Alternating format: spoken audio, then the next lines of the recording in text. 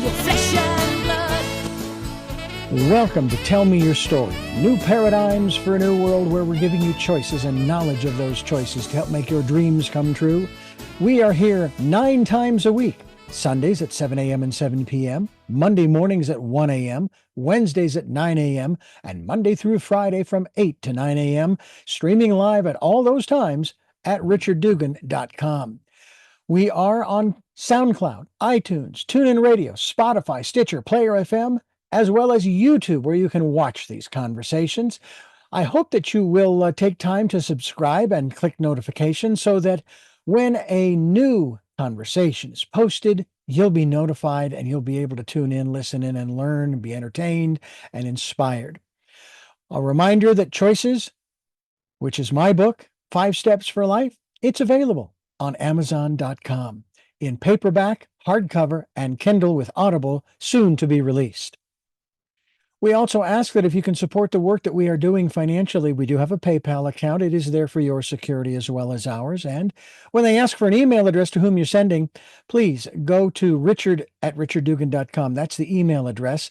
If you go to richarddugan.com, there is also a link directly to PayPal so that you can send us whatever support you can. And we thank you to those who have helped and to those who will help. We also ask that you take time during this decade of perfect vision, the 2020s, to go within to that quiet, peaceful, calm, still place and listen to that still, small voice. And with that, we now take you to our very special interview and guest here on Tell Me Your Story. And welcome to our program. I'm Richard Dugan, and I thank you for joining us here as we get set to introduce to you for a first, EQUINOX. EQUINOX is, we're going to basically give you that description here in just a few moments as we bring Joan Scibienski back to our radio program here, and we want you to stay tuned. We hope that you will enjoy today's program. Walk with me, talk with me, tell me your stories. I'll do my best to understand. Understand, there are those who can't even comprehend, let alone wrap their brains around the aspect of channeling. Well, we're going to try to help you, work you through that and give you an understanding, because it is something that's new and different, and it is unusual for some folks, and yet it's been around for thousands and thousands of years. Joni and I haven't, though, however. We've only been around for a short time. Joni, welcome back to our program. It's great to have you here. And we have a rather extraordinary, I want to call it an event, that we're going to be perpetrating here on our program, Tell Me Your Story, today. Yes, it is an event for me, too, although I've been channeling this group of entities that call themselves EQUINOX for almost 30 years. We have never channeled on the radio, so this is new for me as well. Well, I hope that they can basically make the transition, as it were, from live people in a room, which, by the way, we have attended back in the Phoenix area, and it's actually been rather fascinating. And most of the times, it's been a situation where, well, I already knew that. Well, you know what? EQUINOX is kind of a confirmation at times, as well as a discerner, if you will, of information. And give us a little bit more of a background. Yes, you've been doing this for 30 years, but tell us a little bit about how EQUINOX came to you. Well, I shouldn't say always. When I first started college, I became aware that I was a trance medium. And the way I became aware of that was by attending a seance and just going out and having entities come through me. And over a period of time, I kind of honed that skill. And in my classes, would do seances where deceased loved ones would come through me. And I was doing a class in trance mediumship here one night, and the gentleman sitting next to me started acting as though an entity wanted to come through him. And he was obviously uncomfortable and was fighting it. So I told him to relax, and I started sending him energy and opening myself up to help him with this. And about 45 minutes later, I came to laying across the table we were at, freezing and shaking, and that was the first entry of the entities that told us to call them Equinox. Now, that was not quite the name they gave us, but we had so much trouble saying it that we came up with Equinox, and it's been used ever since. And as I've been utilizing them, and they've been adjusting me, this has become easier and easier for me and easier for them. And originally, they spoke very archaically, and it was very difficult to understand them. They still use thee and thou a lot, and they use we because they are a combined consciousness instead of an individual entity. But they're learning, in 30 years, they've learned a lot of jargon, and you can tell it's not my way of speaking, but it is a lot more comprehensible. Mm-hmm. I wouldn't say that they speak in King James verse, but that was the first thing that came to my mind the first time I experienced Equinox, and the these and thous and those, and I thought something strange of that. How have you, in your own mind, before we begin this process, how have you in your own mind reconciled this event? How did it make you feel the first time? And here we are 20, 30 years later, and you're still doing this, and obviously you don't have a problem with it whatsoever. Well, the first time, it was a shock to me, and for probably the first 3 or 4 years, I kept asking the group of people who were involved with this to convince me I wasn't a multiple personality syndrome or just nuts. But the more that they interacted, the more we became aware that Equinox had very different views of things than Joni did. Now that has shifted, and Joni has now adopted a lot of Equinox's beliefs, but originally we were really contrary on a lot of things, and it's ended up where, of course, that they were right and I was wrong. Additionally, other people in our group have had dealings with Equinox when I have not been present at all. So it just became pretty obvious that this was a separate group of entities and was not me. And I've just reconciled after so many years of dealing with them that this is not me at all. And, of course, people can read more about some of the information that Equinox has put out through your website. And the main gateway, if you will, that folks can go through is going to be, I believe it is starlighter.com. And there are several different links at that location. Oh, no, Equinox has their own site. Well, yes. I believe it's Mayama.org, and you can actually access that through that particular link. However, we'll go ahead and focus on Mayama.org. I think that's the best way to reach them. Mm-hmm. And yes, we try to put as much on that website as possible. The people who handle it for me, which is completely independent of me, are a little behind on updating it because they just had a premature baby. So they've been going through some things in the last 3 months. But I think for anybody new to Equinox, there's a lot of valid information on there that should be read. But as far as new information, that may be a ways coming. Okay. Well, I'll tell you what, I'm going to allow you and your assistant there, Elaine, to begin the preparations, so you can go ahead and do that. At this particular point in time, I know that Elaine and Joan are in the process of bringing her in, bringing the entity in, and let's see if Equinox is available for us yet at this time. And by the way, folks, this is a first for me. Never interviewed a channeled entity before, nor has Equinox ever done a radio program. So this is going to be an interesting transition. And do we have anyone on the line at this point? Is Equinox with us? Mayama. And for our listeners, my name is Raja, and I welcome you to our radio program, broadcasting from the Santa Barbara, California area. And it's a pleasure to have you, I should say all of you, joining us today. And it is a pleasure to be here with thee and thy mate.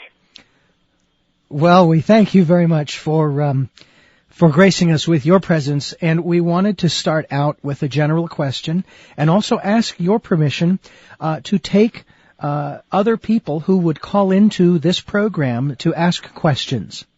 As always, we be teachers. We welcome questions. One of the first questions has to do with the state of the planet as it were a living, breathing person. And because many people do not believe that that is so, how is he, she, it, this person we would refer to as planet Earth or Terra, feeling these days in this time period? As we know, all things be energy. Is this not so? Yes. And if all things be energy, then the planet itself be energy. And energy cannot be destroyed, but it can be mutated. And there are periods in which the energy upon Terra has been depleted. We are now entering some of this period where the energy is depleted and disrupted in certain areas. When energy is depleted or disrupted, it must recharge. Does so understand this thing? Yes. Recharge. In its recharging, it can happen in many ways. One of the ways is that certain parts of the planet's weather begins to shift and change and become essentially more volatile. This volatility adds to and dissipates energies. Does so understand? Yes. Just as the plates upon the planet rub together, creating and dissipating energies. For when this occurs, does not energy dissipate as well? It does indeed. So these are the ways that thy planet adjusts. And if we can understand that this adjustment is necessary for the planet's survival, it is just that humanity has built structures and put itself in the way of the planet's health. Does so understand? Yes. There are those who use the term global warming to explain this discharge, dissipation, and recharging of energy. And that is a term that they give it maybe for themselves to understand what's happening because they can't explain it any other way. Is this a normal occurrence, not just on Terra, but of other planets as well? It is a normal occurrence, but let us also add a caveat to that, please. Although the planet has adjusted many, many times in the past, it is adjusting more rapidly and more severely now because of the devastation being done to certain parts of the planet. Does so understand? Yes. The planet is in cohesion. All things balance all other things upon Terra. When they destroy habitats, when they destroy foliage, when they destroy parts of thy water systems, it destroys other parts that may be miles and miles and miles and miles and miles across the planet. All things react to all things upon Terra. The smallest destruction in China will be felt in Australia or in Quebec. Does so understand? Yes. It is these things that are making everything speed up and everything more important now. Mm-hmm. It is important for all entities upon Terra to begin to live in consciousness, to begin to say to themselves, if we throw this piece of paper out the window, does this have an effect upon the environment? If we take a rubber object that we believe we call a balloon, mm-hmm. and fill it with helium and release it, does it have an effect? And the answer to that is yes. It can have multiple effects, none of which are good. But many entities upon Terra do what they do without having conscious thought. The time is past for this. It is important that all living creatures live consciously. Does so understand? Yes. I know many of us are working in that direction to live more consciously, be more aware of our surroundings and what we do with and in those surroundings, and to help to preserve what is here. But it goes even beyond that. Let us think this, that it is harder to live consciously upon Terra now. And the reason is very simple. For many of the entities that are called humans live clustered in one space in thy cities. Mm-hmm. And they are so jammed together, and there be so much noise and so much disruption in thy daily life that each of thee began to seal thyself off in a cloud of almost as though they believe that they are the only entity upon Terra. And so they do silly things like when they drive, not think about what they are doing that could create an accident. Or when they are even walking, that they are not looking at what is around thee. So it is as though the more that they grow and the more that they cluster, the more they become self-oriented, and thy consciousness does not expand but contracts. Does thou understand? Yes. And I think there's also a danger even in becoming more conscious of ourselves and our surroundings, that we begin to isolate ourselves from those we perceive as not being conscious, who are just oblivious of what's going on around them, and we want to distance ourselves from them rather than assist them in becoming more conscious. And actually that is true. And we need to understand that Terra is a very small orb that many, many entities coexist on. They need to be looking at this as a coexistence, not a separateness. Mm-hmm. They live upon the United States of America, but in the world of Terra. This is no longer suitable to think of thyself as just an American. They are universally connected now with beings, other humans, with the animals, with the plants, with the very air on Terra. Mm-hmm. They affect it. Everything they do affects it and affects thy neighbor. They cannot keep thyself ignorant of what is happening on thy planet in all spheres. I have often used the analogy that if the Creator had designed the universe so that each one of us would have our own planets, of which I would believe there are sufficient number, we would all be living solitary lives on those planets. But the reality is, we have all chosen to live here together, and ergo, we need to learn to coexist. The source's intention is for all to learn. And so, being solitary, what dost thou learn? Mm-hmm. But if thee pretend to be solitary and wall thyself off from others, except perhaps a select few, they are still not learning. This question has been put to you before. I've heard the question, and I'm pretty familiar with the answer, but I'd like to ask the question for our listening audience here, as well as on the Internet worldwide, and that is, why did you choose to come through at the time you did, and why do you continue to come through and share this information? We are teachers. We have chosen to spend this period of time, what we call time, even though it does not exist, doing what we call educating. So when we were asked to come, we came. And as long as we have the ability to teach, we will come when asked. There has been a commitment between us and the vehicle that we will come whenever she asks us to, and she will be open to allowing us in whenever there is a need to educate. So this is why the process, as we do not care about time, why did we do it when we first did? Because we were asked. Why are we still there?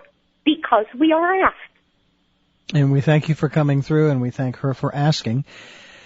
Now, I and my wife have attended many of the gatherings where you have been, or you were asked to attend on, from a time perspective, a monthly basis, and you have been asked many, many, many hundreds, if not thousands of questions. And it has fascinated me that there are those who continue to ask almost the same question from one month to the next, and it never seems to go away. That seems to be a bit of a sticking point for many of us, that even when we hear the answer, we still don't believe the answer. Humanity must learn, and humanity chose millennia ago to learn the most difficult ways instead of through ease.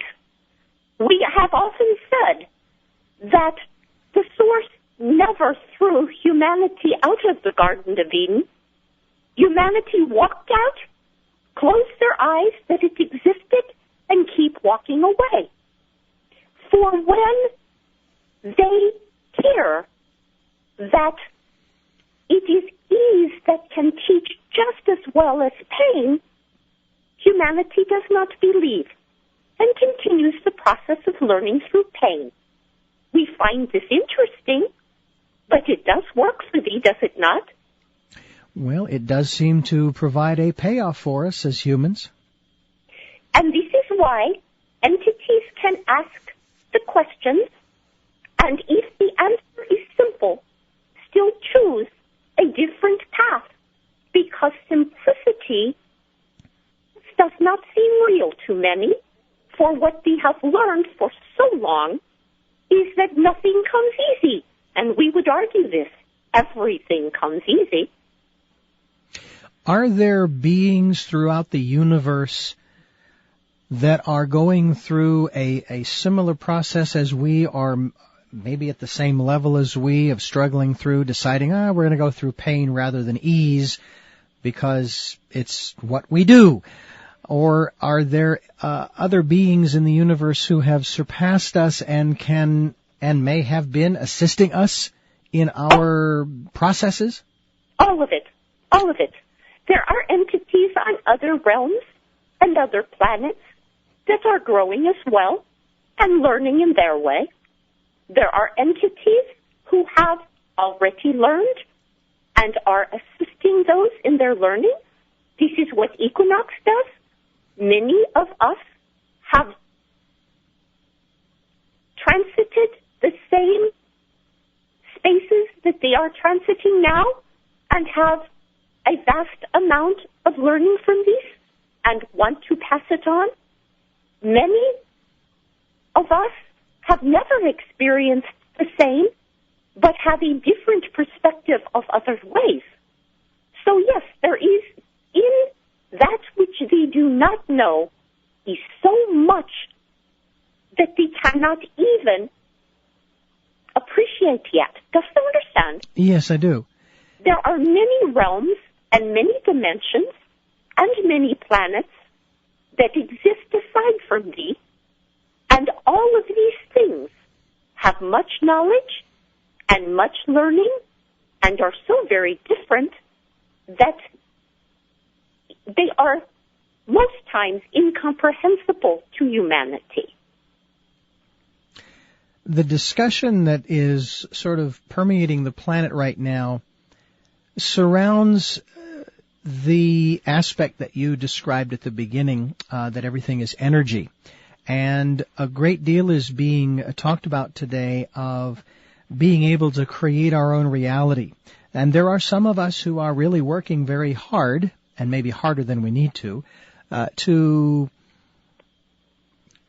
connect with that and start to make it happen and realize that there is more than enough. There is no lack of anything. There is an abundance of everything. There is an abundance of everything.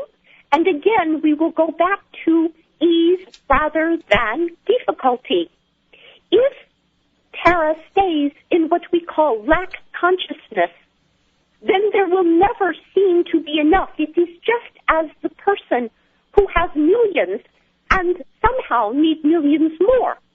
It is just as the person who has a refrigerator full of food but chooses to go out to eat because there is nothing in there. Mm-hmm. What say unto these that it is a wondrous gift of humanity to be able to use their imagination, for this is the first step to creating. And then the next step to creating is the belief that they have the power to have it all. And then is the belief that they deserve it all. And when all of this is in place, then they can manifest up to a point. And now we are going to throw in something else. There are consciousnesses upon Terra that in their strength of belief will override even thy vision because they are so nicely adapted to thy environment. Just to understand, we will give example. The majority of entities upon Terra may believe all things are energy, but because they have been taught that there is solid energy, they will never attempt to walk through a wall, although energy is anything but solid, and even thy own science proves this. Each of these should be able to walk through walls. None of these should be able to sit on furniture without falling through. But because thy belief is they may sit on furniture and they cannot walk through walls, until it is proven to be false, no one will do it. Many years, no one believed that flight was possible, and flight was not possible. Then something began to change, and one after another began to say, but what if? And when enough entities accepted that the what if was possible, then flight became possible. And they went from flying for just a few seconds to within very few years flying to the moon. We think this is wondrous, for this shows that impossible is not a word that has any substance unless they accept it. They are all so very powerful, but with power comes responsibility, and many on Terra would rather not accept the responsibility for their power, and so continue living in weakness. Does you understand? Yes, very much so. If you've just joined us, my guest is the entity EQUINOX, being channeled through Joan Scibienski, and they are in Phoenix, Arizona, and we're talking to EQUINOX about a wide variety of subjects, and we're going to shift gears here in just a moment, and we're just about halfway through our program. EQUINOX, I have a question for you. Richard, we would like to finish our last statement, please. Go ahead. It's important that it be understood. Yes. That if they truly accept that they can manifest and that they do manifest by reality daily, then this means they must take responsibility for those things that aren't working as well as those that do. And this is the sticking point for most parents. The understanding that the negative in their life is also their creation.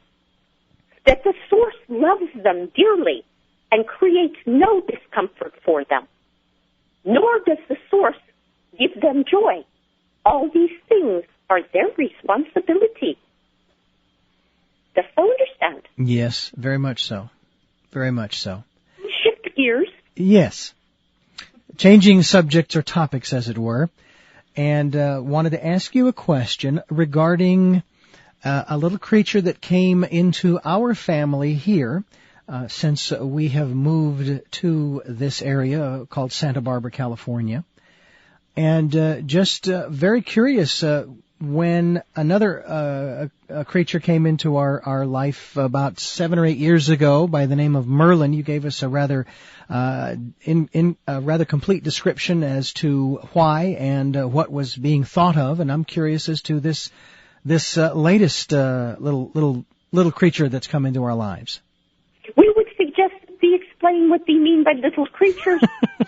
The most people out there assuming we are talking of interplanetary beings. Okay, my mistake. We are speaking of an animal. An animal. Actually, we're speaking about a kitten, no more than probably 4 or 5 weeks old at best. And it was just out in the yard, if you will, for at least 2 days, and we heard it, but I thought it was something other than what it was. So I wasn't about to investigate because not sure what it was, a little afraid of maybe being attacked. Turns out it was a rather harmless kitten, and we've taken it in and made it our own, and is doing very well, but is probably exhibiting more love, if you will, than any of our other animals have, at least in the way that it is showing it. Let us explain what pets are. Pets are thy opportunity to experience unqualified love. Pets are thy connection to the source and to thy planet.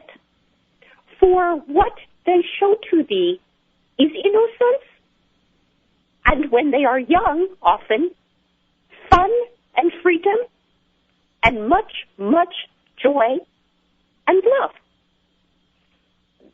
The as specific of this creature, why it had come into thy life, for now thee are settled and settling, and when thee are settled and settling, thy family always consists of pets.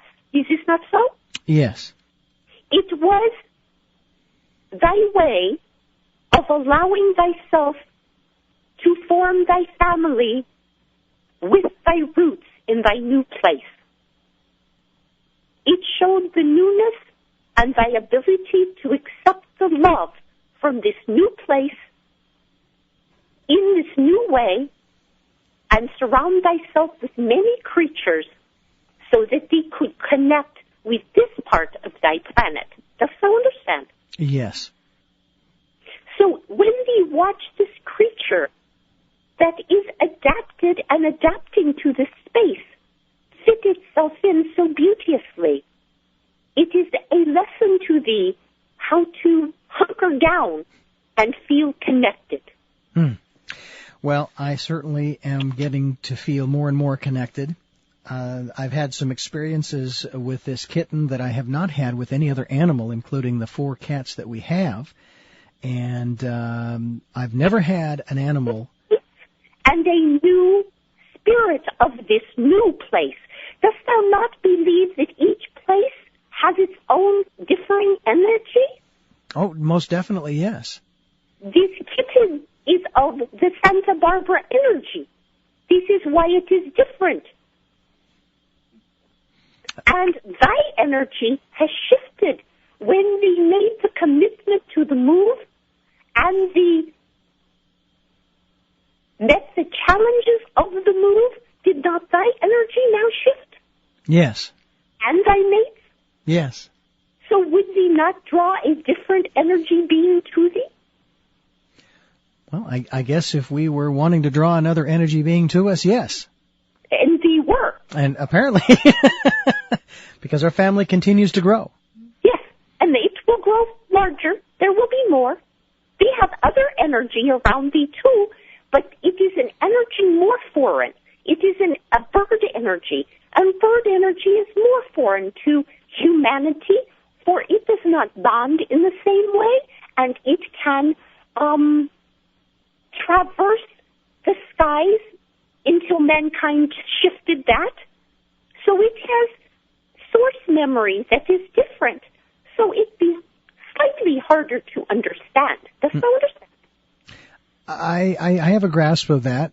my connection with the chickens that we have is rather unusual for me, at least, because of my own personal history dealing with animals and geese and ostriches and so forth, and not having great relationships with them as a child. And yet, I absolutely love going down and being around them, caring for them, collecting the eggs and that type of thing. It is just a marvelous experience. So yes, I do understand that. Additionally, food source animals have a different energy than non-food source animals. For food source animals have an energy of release and love through sacrifice. Does you understand? I believe so, yes. For entities that commit to entering solely for the purpose of sustenance to another, what a wondrous gift this is for thee, and should be graciously accepted with love.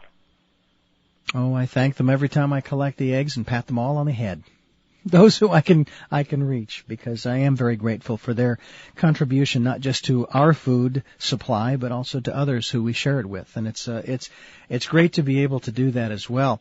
If you are just joining us, folks, you're listening to Equinox, who is being channeled through Joan Scibienski, and we'll be talking with Joan a little bit near the end of the program, possibly. What about the spiritual growth of the planet? We have been looking to what we call the 100th monkey effect. Are you familiar with this effect? Yes, I am. But if you'd like to just briefly explain that for those who don't know what that is. The brief explanation would be when enough entities upon Terra come to the great consciousness, the entire planet at once will be at that space. That conscious space. We have been working in our education process in hopes that when each entity upon Terra accepts their powerfulness and the responsibility to go with this, and when each entity upon Terra understands that they are linked to everything else, that there is no separation, that it is an illusion, that all will come to this space of the 100th monkey, and Terra will be the planet that it was meant to be. All things of Eden, all things of wonderment, all things of peace and harmony, in this connection, it is a wondrous thing. So when we think about the process of the spiritual growth of Terra, this is what we keep strongly to us. This is where we hold our creative visualization that this planet is the wondrous place we know it to be. Does you understand? Yes, I do. And I'm certainly hoping that 100th monkey will get with the program and hurry it up just a little bit. By the way, folks, if you're looking for the website, it's myama.org. That's myama.org. And Equinox, for point of clarification, if we might ask you to tell us, what does the word or phrase Mayama mean? Where does it come from? It is a universal acknowledgement of the source and spiritual center of all things. The closest we can come upon Terra would be a phrase such as shalom or aloha. It is both a welcome and a goodbye, and a love, and a peace, and an acknowledgement of the connection to all things packed up in one word. And of course, we use that when we come to you and we introduce ourselves and we say Mayama or hello. Yes. And it was I don't remember my first experience of meeting you and asking you questions, but I do remember that we have been there many times and asked many questions and much discussion about where I wanted it to be, and I have finally made it to the water. where they belong. And it feels very good. Beings should strive to find their center and go to where they belong. It is a sadness to us that many entities upon Terra live, work, and be within a place, whether it be within themselves or a physical vicinity or a relationship or a career that they hate. But they remain there because they are too fearful to make a step that breaks a pattern. But we would ask, could it be any worse than what they are living? And we would say, no, just different. And the interesting thing is Terra is a planet where all things change, no matter how hard that they hold to what is. It will be different shortly, and then different again. Mm-hmm. So if we embrace the differences, instead of live within a planetary fear construct, what a wondrous, exciting place Terra would be. Well, I know that there are lyrics to a song that go something along the lines of the end of the world as we know it. And the way I look at that, it's not so much the end of the world, destruction, disaster, calamity, as much as the world as I knew it 5 years ago is gone. That is the end there. And there's always that ending as well as a beginning. Always. And if they can look at how much better, instead of humanity's focus on what is no longer and sees it as bad, everything is perspective. Mm-hmm. All things are thy perspective. So they can live in a perspective of what they don't have instead of a perspective of what they do, and stay miserable or be happy. It is choice. Everything is choice.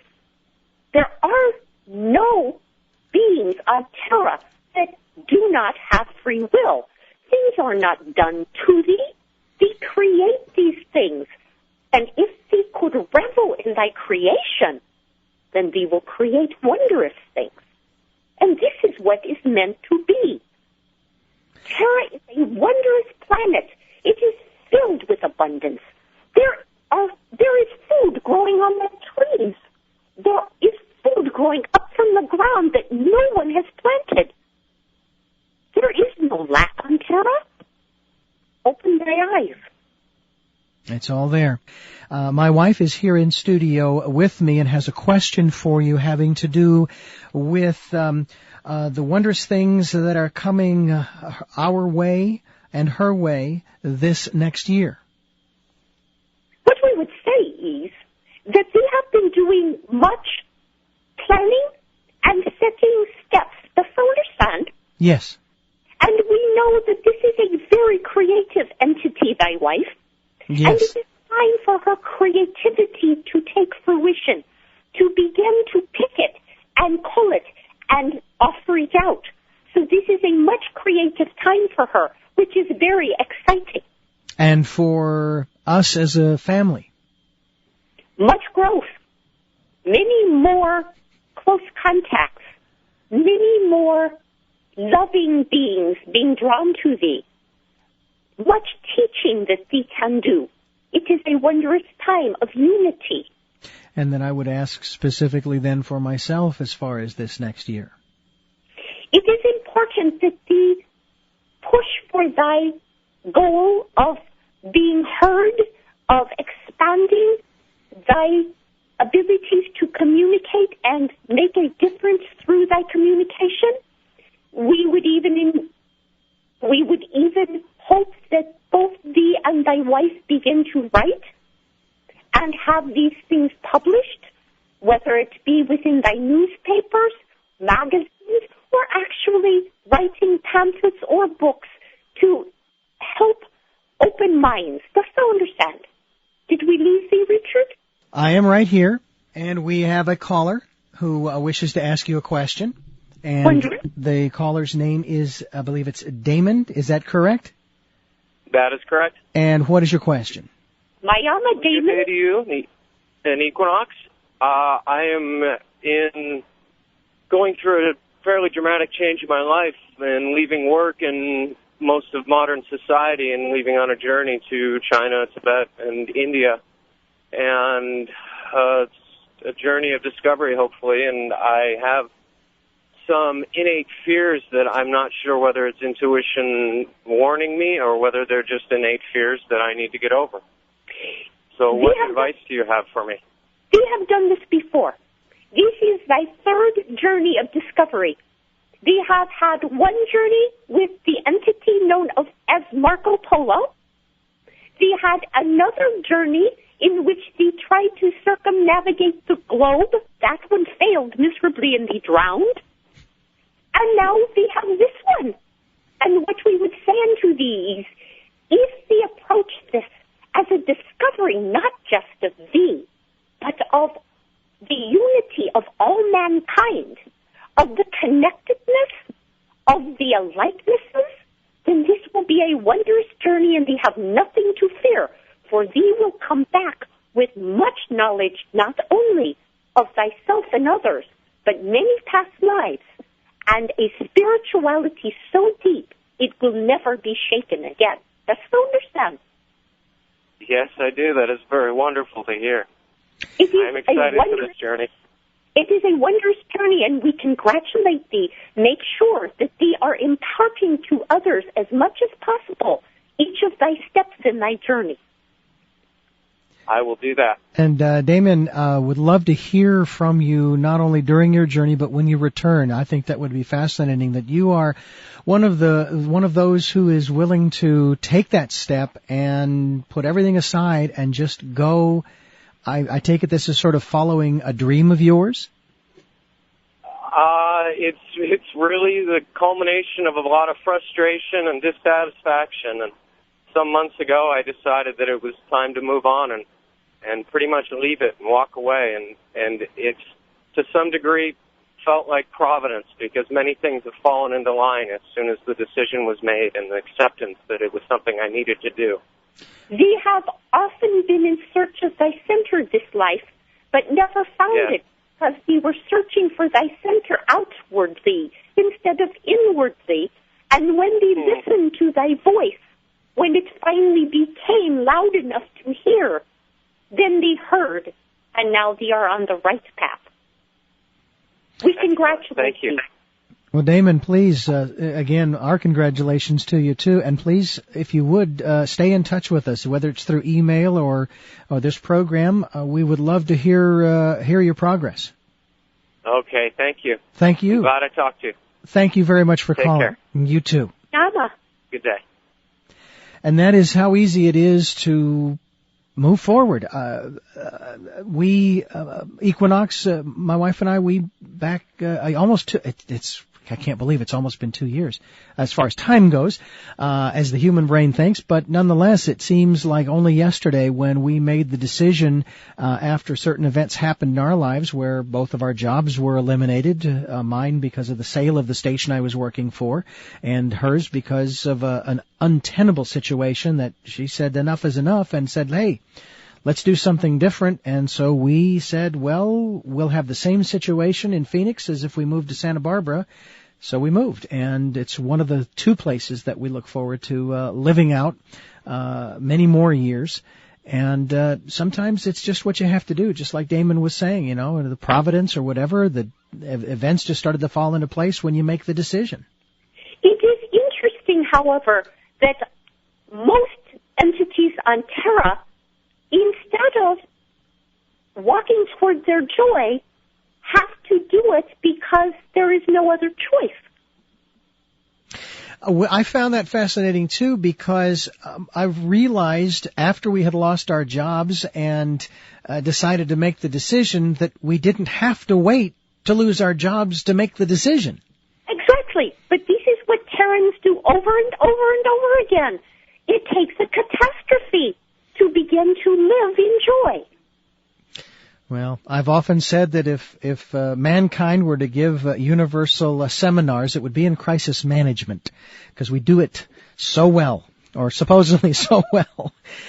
And certainly look forward to expanding this program, not just in terms of number of hours, but also in terms of expanding to other ears around the country, if not around the globe. We would really love that opportunity to share what you have, Equinox, as well as other guests that we have that we've had and will have over the coming days and weeks. And what I'm going to do right now is I'm going to ask you to give our listeners just a brief description of who and or what Equinox is. Equinox is a combined consciousness of many energies on all known planes, planets, and dimensions of consciousness. And we are teachers. And we come and we go when necessary, and our amounts expand and decrease as necessary. Okay. We are. And we have Anne on the phone asking Equinox a question. Go ahead, Anne. Mayama, Anne? Yeah. Hi. I'm in a place in life where I recognize that the issues that I have in terms of my relationship with my husband and daughters are similar issues in terms of the work that I do, and I am seeing how it's not all fragmented and the issues in one place are totally separate and cut off from the others. At this point in my life, I